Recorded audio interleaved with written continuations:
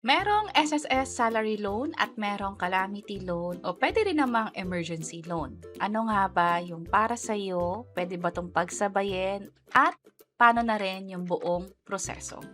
By the way, kung first time mo sa channel na to and gusto mo pa ng mga online tutorial videos katulad nito, please click the subscribe button. May ina-offer na salary loan at calamity loan sa SSS. Pag-usapan natin yung pinakamalaking kaibahan niya lalo sa interest, sa amount o yung pwede nating mahiram at kung eligible ka ba para dito. Yung sa salary loan, pwedeng umabot up to 10% per year, pero mas pinababa, nasa 8.8% kung sakaling first time na mag-loan or in the last 5 years, wala kang record ng loan condonation. Ang ibig sabihin ng loan condonation, ito yung mga may dating loan na nag-apply ng loan condonation para ma-waive na yung penalty.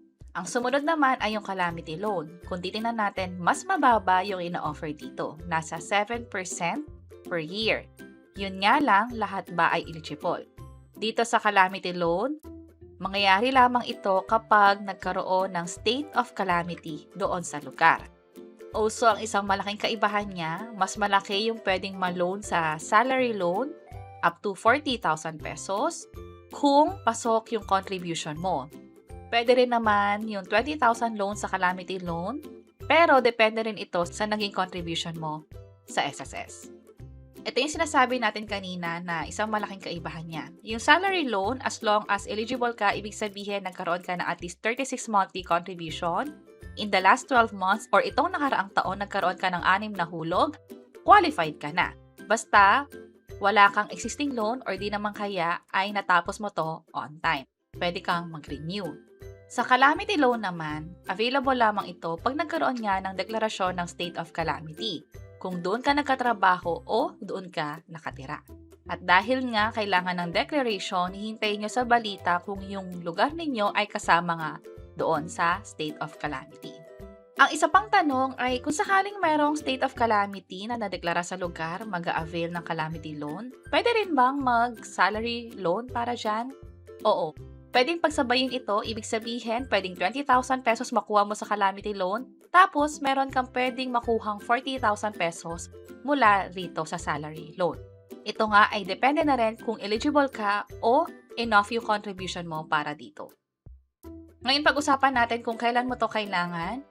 Nagkaroon ka ng biglaang gastos o inaasahang paggastos katulad ng tuition, renovation, o bibili ka ng gadget, o kaya gusto mong mag-travel, pwedeng-pwede ang salary loan para dyan. Katulad ng sabi natin, anytime available, basta eligible ka, pwedeng makakuha up to 40,000 pesos, at ang pinakamababang interest na pwede dyan ay 8%. Kapag naman nagkaroon ng state of calamity, obviously pwede na yung calamity loan. Mas mababa yung interest at pwede itong pangdagdag sa salary loan nga. Ang maximum ay nasa 20,000 pesos. So, kung ready ka nang mag-apply, pwede nang ilabas yung phone mo, mag-login sa SSS online account gamit yung user ID and password, at mag-apply na ng salary or calamity loan. Almost pareho lang din naman ang proseso. Ang pinaka dapat tandaan ay meron kang bank account na naka-enroll sa SSS mo kasi dito ita-transfer yung pera. Hindi na kailangan pumunta sa SSS branch para i-claim yung pera or pumunta sa HR or sa boss mo para nga naman makuha yung pera. From here, gamit yung phone mo, yung bank account mo, pwede nang makapag-loan. Ito na yung pinakabuong proseso, dapat meron kang SSS online account. Bali, pag pumunta sa website ng SSS, that's sss.gov.ph, i-click itong account, login, and then login tayo, i-enter ang user ID and password, click sign in, i-enter ang OTP na pwedeng ma-receive via phone or kung nakapag-setup na ng time-based password, pwede rin naman dyan. Itong time-based password, ginawa natin to para nga naman hindi na kailangan maghintay ng text, lalo kung hirap sa signal or wala nang access sa dating phone na nasa SSS account mo. So, click natin yung login. Ito yung contributions natin kaagad. Click tong 3 lines. Ito yung pinaka-menu. Click loans. Ito yung itsura nga pala sa computer, sa cellphone, ganito naman siya. Piliin lang yung loan na gusto mong i-apply. Alin man sa dalawa, pareho lang yung pinaka-magiging proseso. Ang pinakakaibahan lang ay yung amount. Click natin tong salary loan. 4 na steps ang pagdadaanan. Sa pinakababa, andito yung disbursement bank. Nag-enroll na ako ng Union Bank dati dito. Ginawa ko siya by clicking these 3 lines. and then services, disbursement account. From there, sinunod ko lang yung proseso, nag-upload ng picture ng bank account, ng selfie at ng ID na din. May mga pagkakataon na pwedeng ma-reject yung application. That's why pwede nyong i-check yung hiwalay na video na ginawa namin para nga naman mas alam ninyo kung paano ma-approve yung disbursement account. Kapag na-approve na, pwede na mag-apply ng loan. Dito nga pala sa loanable amount, pwedeng mabago yung amount, pwede nyong mas babaan, or kung ano yung pinakamataas, which is 40K nga, i-apply na natin. I-click itong next. Step 2 na tayo, disclosure. Mas maganda na i-download nyo to para makita nyo na rin kung magkano talaga yung interest. Pero unang-una, andito yung mga ibabawas. Sa salary loan, isa ito sa malaking kaibahan din. Merong processing fee or service fee at advance interest na ikakaltas. Sa emergency loan, wala. Kung magkano niloloan mo, yun din yung pinaka-net proceeds o yung pinaka-matatransfer sa bank account mo. Dito sa salary loan, bawas na yan. So yung 40,000 magiging 39,258. Kailan siya babayaran? Nakalagay din dito. April siya babayaran kung ang date ng loan ay nasa Feb, March, April, after 2 months, magbabayad na. Pero yung pinaka-due date is the following month pa. So, parang tumalabas na 3 buwan yung allowance natin bago magbayad. Andito rin yung monthly fees. And then sa pinakababa, yung pinaka-interest. Nasa 8.8%. By the way, para sa mga empleyado, bantayan nyo yung ibabawas o ikakaltas sa sahod ninyo kasi dapat nasa ganitong amount lang. Bantayan nyo rin yung SSS online account ninyo na dapat, pag kinakaltasan kayo, mapasok siya sa SSS account nyo.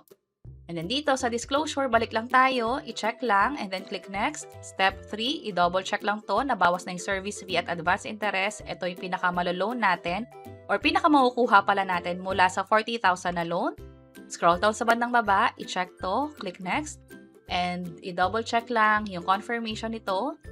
Check ulit, and then tap confirm. Ito yung makukuha yung confirmation na successfully submitted. Ang ibig sabihin lang nito is nag-notify kayo sa SSS na nag-a-apply na nga kayo for salary loan.